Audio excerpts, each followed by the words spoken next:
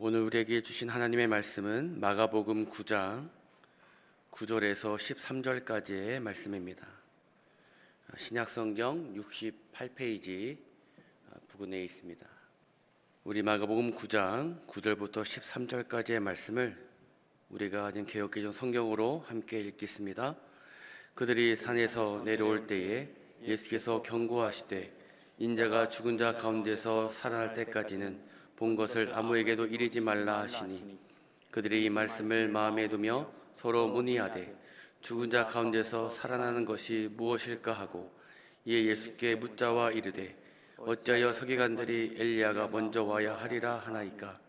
이르시되 엘리야가 과연 먼저 와서 모든 것을 회복하거니와 어찌 인자에 대하여 기록하기를 많은 고난을 받고 멸시를 당하리라 하였느냐. 그러나 내가 너에게 이르노니 엘리야가 왔으되 기록된 바와 같이 사람들이 함부로 대우하였느니라 하시니라. 아멘. 오늘 설교 제목 우리 같이 한번 읽어보겠습니다. 시작. 순환 예고. 네. 마가복음에는 총 3번의 순환 예고가 있습니다. 마가복음 8장 31절, 또 9장 31절, 10장 33절과 34절입니다. 그리고 마가복음은 예수님의 순환 예고 직후마다 이 제자들의 모습을 보여주는데 제자들의 모습이 한결같이 그 의미를 깨닫지 못했다는 것을 우리에게 보여줍니다. 8장에서는 이 베드로가 예수님이 당하실 고난을 이해하지 못하고 이를 반대하다가 예수님께 심한 책망을 받습니다. 또 9장에서는 제자들이 그 의미를 깨닫지 못하고 또 묻기도 두려워합니다. 대신 길에서 누가 더 크냐 하는 문제로 다툽니다. 마지막 10장에서는 이 순환예고 직후에 야고보와 요한이 예수님께 높은 자리를 요구합니다. 이렇게 제자들은 메시아가 왜 고난받아야 하는지 메시아 사명을 전혀 이해하지 못했습니다. 그리고 오늘 본문은 이 첫 번째 순환예고인 8장 31절과 이 두 번째 순환예고인 9장 31절 사이에 자리 잡고 있습니다. 특별히 오늘 본문은 예수님의 변화산 사건과 이어져 있습니다. 제자들과 함께 한 높은 산에 오르신 예수님은 영광스럽게 변하셨고 산 밑으로 내려오실 때 이렇게 말씀하십니다. 인자가 죽은 자 가운데서 살아날 때까지는 본 것을 아무에게도 이르지 말라라고 말씀하시며 이 산에 올랐던 제자들 베드로, 야고보, 요한에게 강하게 경고하십니다. 제자들은 이때도 이 말씀의 뜻을 깨닫지 못합니다. 즉 이 말씀 또한 이 변화산 사건 직후 주어진 이 축약된 순환 예고라고 할 수 있습니다. 오늘은 이 순환 예고의 배경으로 주어진 이 변화산 사건을 중심으로 하나님의 말씀을 함께 나누도록 하겠습니다. 우리 첫 번째 같이 한번 읽어보겠습니다. 산 아래로. 산 아래로. 마가복음에서 예수님은 이 빌립보 가이사랴에서 제자들에게 첫 번째 순환 예고를 하십니다.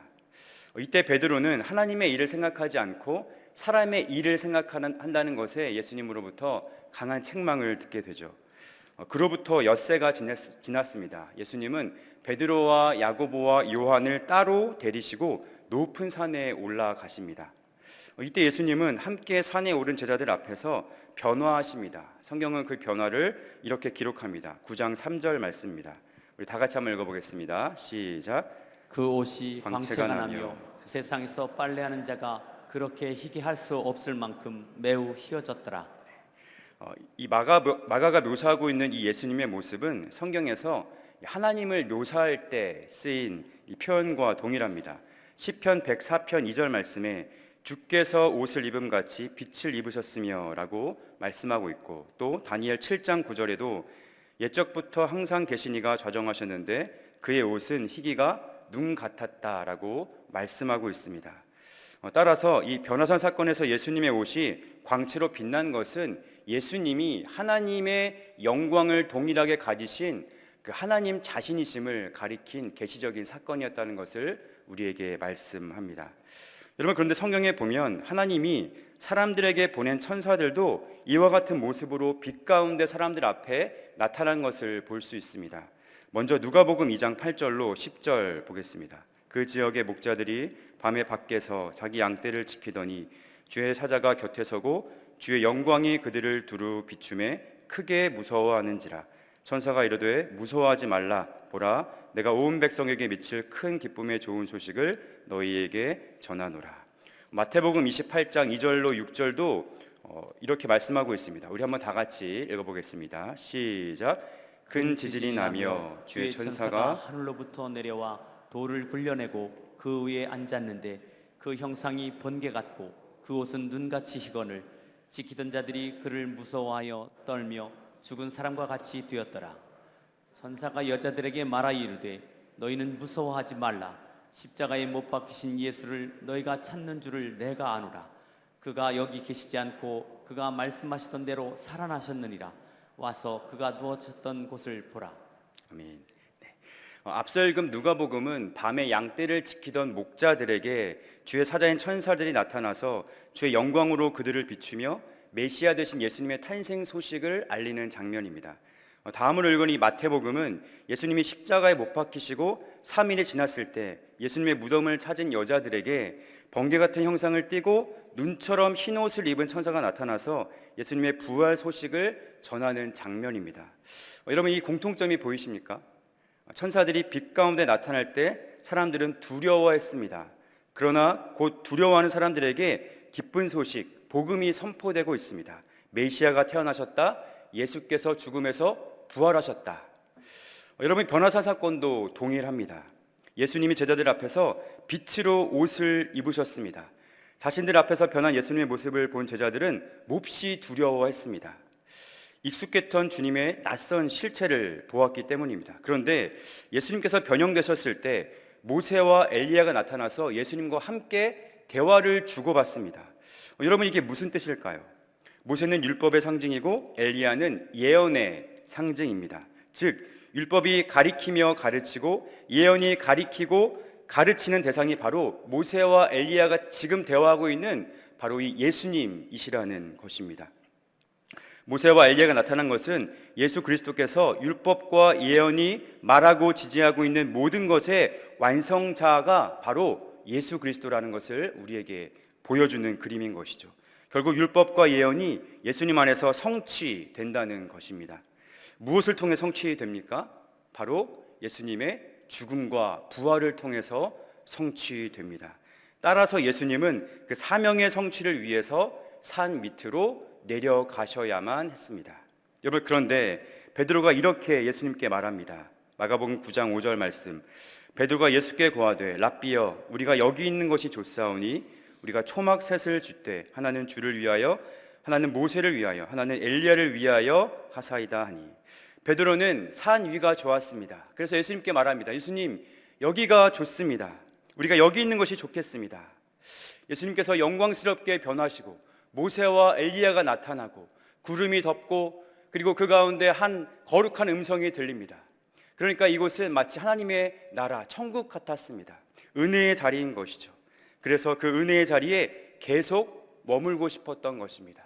마치 우리가 수련회에 올라가면 그 자리가 은혜의 자리라서 그 은혜의 자리를 떠나고 싶지 않은 것처럼, 다시 돌아가고 싶지 않은 것처럼 베드로도 그랬던 것이죠.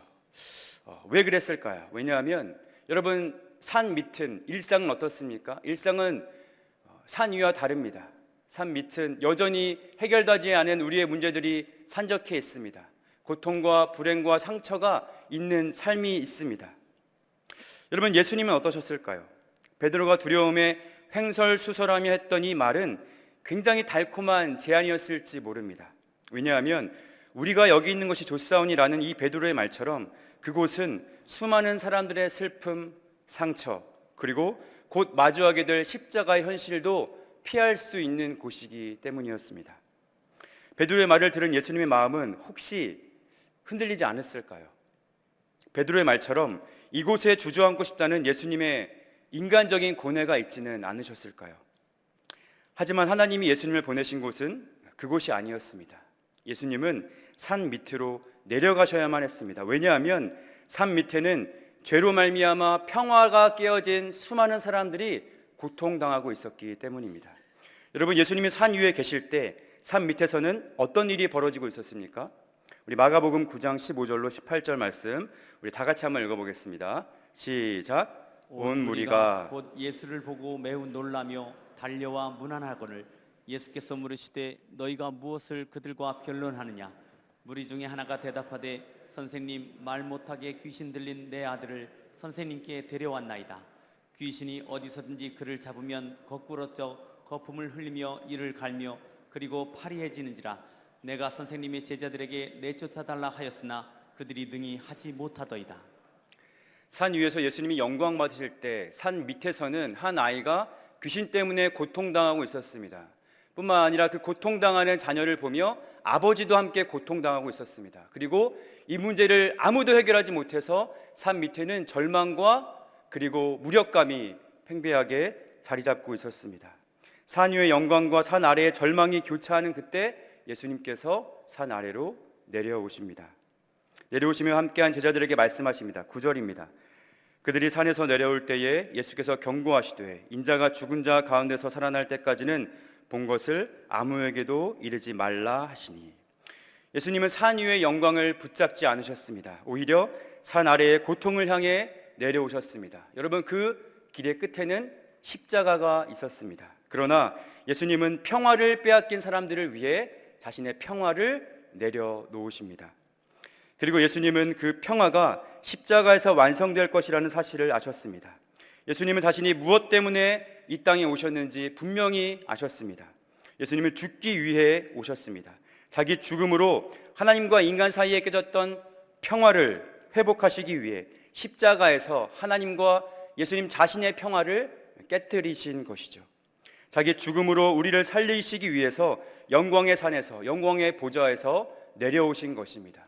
저주로 저주를, 고통으로 고통을, 죽음으로 죽음을 해결하시기 위해서 영광의 산이 아니라 죽음의 십자가 위에 오르신 것이죠. 세상은 높은 곳, 더 높은 곳으로 올라가길 원합니다. 그러나 예수님은 가장 높은 곳에서 낮고 낮은 곳으로 내려오셨습니다. 다음 표는 사복음서에서 기록된 예수님의 치유와 축기 사건을 정리한 것입니다. 여러분, 성경은 이 외에도 예수님께서 제자들 앞에서 수많은 기적, 수많은 치유를 행하셨다라고 기록하고 있습니다. 여러분, 예수님은 항상 고통받는 자들과 함께 하셨다는 것을 우리에게 보여줍니다. 여러분, 이제 우리 차례입니다. 예수님처럼 우리도 낮은 곳으로 내려가야 합니다. 낮은 곳으로 내려가서 산 아래의 고통의 소리를 외면하지 않으셨던 예수님처럼 우리도 이웃의 고통의 소리와 함께 해야 하는 것이죠. 세상의 관심은 전부 나에게 있습니다. 언제나 타인은 나를 위한 도구에 불과합니다. 그러나 예수님의 관심은 언제나 내가 아닌 다른 사람이었습니다. 사람을 위해, 사람을 살리기 위해 자신을 기꺼이 도구로 내어주셨습니다. 여러분, 우리도 예수님처럼 살았으면 좋겠습니다.